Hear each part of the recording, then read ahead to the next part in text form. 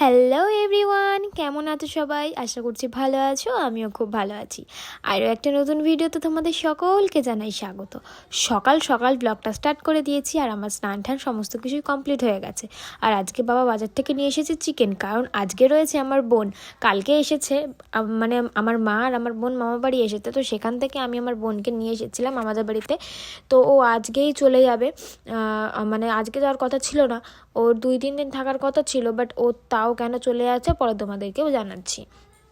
আর এদিকে বাজার থেকে কী কী নিয়ে এসেছে সেগুলো তোমাদের দেখায়। এদিকে ডাল, পেঁয়াজকলি, ধনেপাতা, বেগুন, আদা, পেঁয়াজ, রসুন, তারপরে হচ্ছে চিকেনটা তো দেখালাম। আর এই প্যাকেটের মধ্যে রয়েছে ডিম। আর এখন যে ডিমের দাম বেড়ে গেছে, বাপরে বাপ, কী আর বলবো তোমাদের।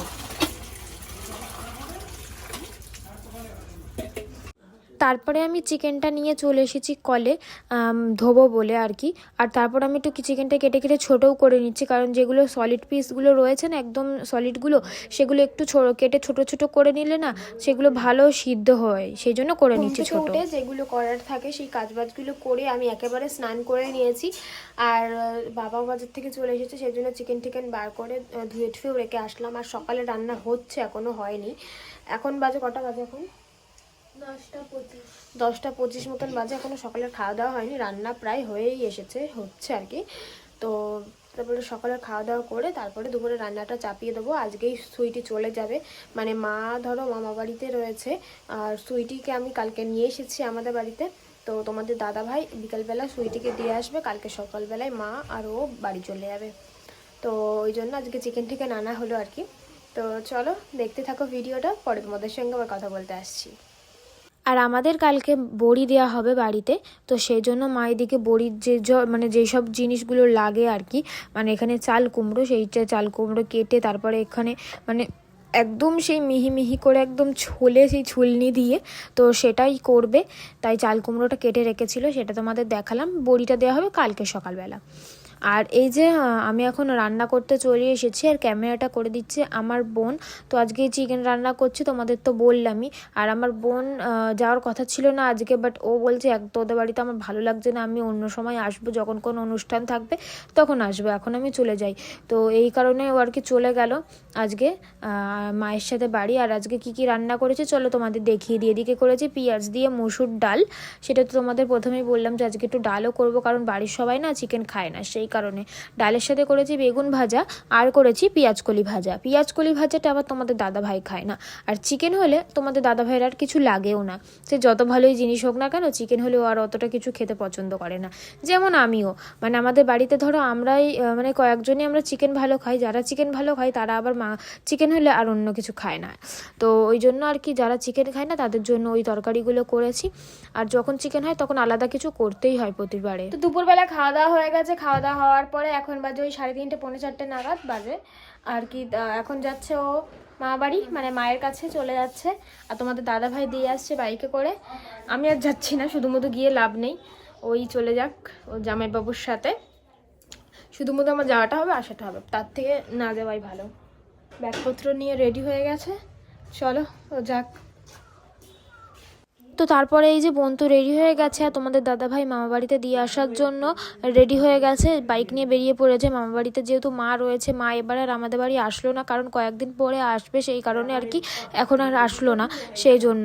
আর মায়ের কাছে ওকে দিয়ে আসতে যাচ্ছে, কালকে মা আর বোন দুজন মিলে বাড়ি চলে যাবে, তাই আজকেই দিয়ে আসছে। আর শীতের সময় সকালবেলা দিতে যাওয়া তো একটু কষ্টই বাইকে করে, সেই জন্য বিকেলবেলাতেই দিয়ে আসছে। আগের দিন ওকেও তাও অনেকবার জোর করা হয়েছে, তুই থাক। ও সেই থাকলো না, তো থাকলোই না, ওকে শত জোর করার পরেও ও থাকলো না।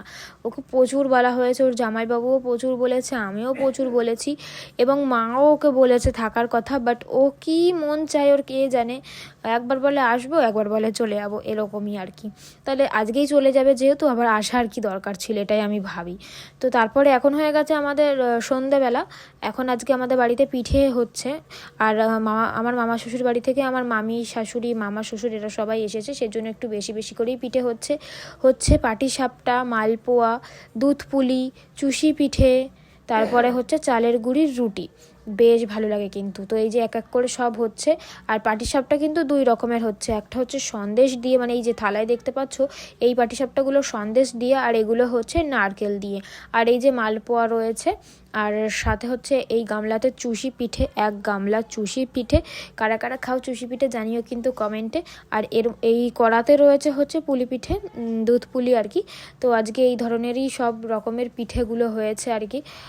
দুধ পুলি চুষিটা একসাথেই হয়েছে।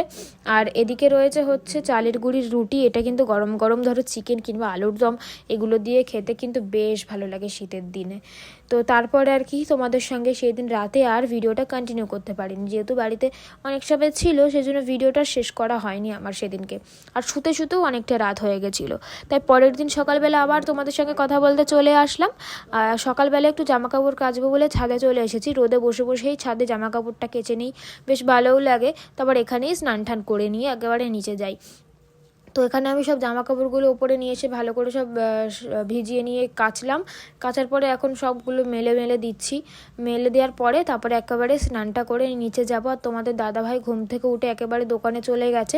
আর আজকে বিছনা টিছনা গুছিয়ে তবেই আমি স্নান করতে ওপরে এসেছি। আর তোমাদেরকে ওই যে আগের দিন দেখালাম যে বড়ি দেওয়া হবে, তো এই দেখো ফাইনালি বড়ি দেওয়া হয়ে গেছে। বড়ি রোদে রয়েছে।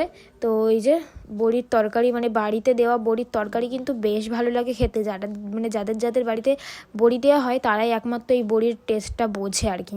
মানে দোকানে যে বড়ি পাওয়া যায় তার থেকে দ্বিগুণ টেস্টি হয়। আমি স্নান টান করে চলে এসেছি আর এখন বাজে হচ্ছে 11:15 মতন। তো যেদিনকে একটু কাচাকুচি করি না সেদিনকে একটু খেতে লেট হয়ে যায় আর কি। তো চলো, রান্না তো হয়ে গেছে, সবাই খেতে বসে গেছে অলরেডি। আর আমিও এসে এই যে মাথাটা তাজড়ে নিলাম, সিঁদুর পরে নিলাম। চলো এবার আমিও খেয়ে নিই। খেয়ে নিয়ে বেলায় তোমাদের সঙ্গে কথা হবে। আর আজকে হচ্ছে বৃহস্পতিবার, আজকে আমাদের বাড়িতে নিরামিষ রান্না হবে। তো বৃহস্পতিবারটা আমরা নিরামিষই খাচ্ছি। বেশ কয়েক মাস ধরে আমরা শুরু করেছি। তো আগে আমরা খেতামই না, একদিনও আমরা নিরামিষ খেতে পারতাম না। বিশেষ করে তোমাদের দাদাভাই একদমই খেতে পারে না নিরামিষ। তো সেই জন্য ওকে অনেক জোর করে সপ্তাহে একটা দিন নিরামিষ খাওয়া স্টার্ট করেছি। বেশ কয়েক মাস হয়েছে, কন্টিনিউ হচ্ছে। এবার দেখা যাক কতদিন পারি। তো চলো দেখতে থাকো। তারপর আমি এদিকে দুপুরের রান্নাটাও বসিয়ে দিয়েছি, মানে সকালের খাওয়া দাওয়া করার পরে খানিকক্ষণ পরে আমি দুপুরের রান্নাটাও বসিয়ে দিয়েছি। ওদিকে ভাত প্রায় হয়ে এসেছে। এদিকে সোয়াবিন করব আজকে, যেহেতু নিরামিষ সেজন্য গরম জলে সোয়াবিনটা ভিজিয়ে রেখেছি। আর এদিকে আমি সব সবজি টবজি কেটে রেখেছি। এই মানে টমেটো, আদা, লঙ্কা এগুলো পেস্ট করব মিক্সিতে। আর বাবা যেহেতু আলু খায় না সেজন্য বাবার জন্য বেগুন দিয়ে আজকে সোয়াবিন করব প্রথমবার। আর আমাদের জন্য এই যে আলু দিয়ে করব, নতুন আলু। আর নতুন আলুগুলো এত বালি থাকে না, অনেকবার ধুতে হয়। এটা নিয়ে আমি 4 বার ধুচ্ছি। তো একটু ধুতেই হয় বেশি, কারণ এত বালি থাকে যে বেশি না ধুলে বালি যায় না। তো ফাইনালি এই যে তরকারি রান্না হয়ে গেছে, একটু ধনেপাতাও লাস্টে দিয়ে দিয়েছি। বেগুন দিয়ে সোয়াবিন হয়ে গেছে, এদিকে আলু দিয়েও সোয়াবিন হয়ে গেছে। এই তরকারিটাতেও ধনেপাতাটা লাস্টে দিয়েছি। আর এদিকে করেছি একটুখানি বাঁধাকপি, এটা বাবার জন্য আলু ছাড়া। আর আমাদেরটা এদিকে আলু দিয়ে বাঁধাকপি করছি। এই তরকারিটা হয়ে গেলেই আজকে দুপুরের রান্না কমপ্লিট হয়ে যাবে। আর এই বাঁধাকপিতে দেবো লাস্টে একটুখানি জিরে বাটা, মানে জিরেটা প্রথমে ভেজে এখানে বেটে রেখেছি, লাস্টে নামানোর আগে দিয়ে দেবো। তারপর হচ্ছে যে পিঠে ছিল আগের দিনে, সেই পিঠেটা খাচ্ছি এখন আমি। তো দুপুরের পরে একেবারে তোমাদের সঙ্গে আবার সন্ধেবেলা কথা বলছি। আর আমি সন্ধেবেলাটা এখন কি করি বলো তো, মানে হাত পায়ে একটুখানি বডি অয়েল মাখি।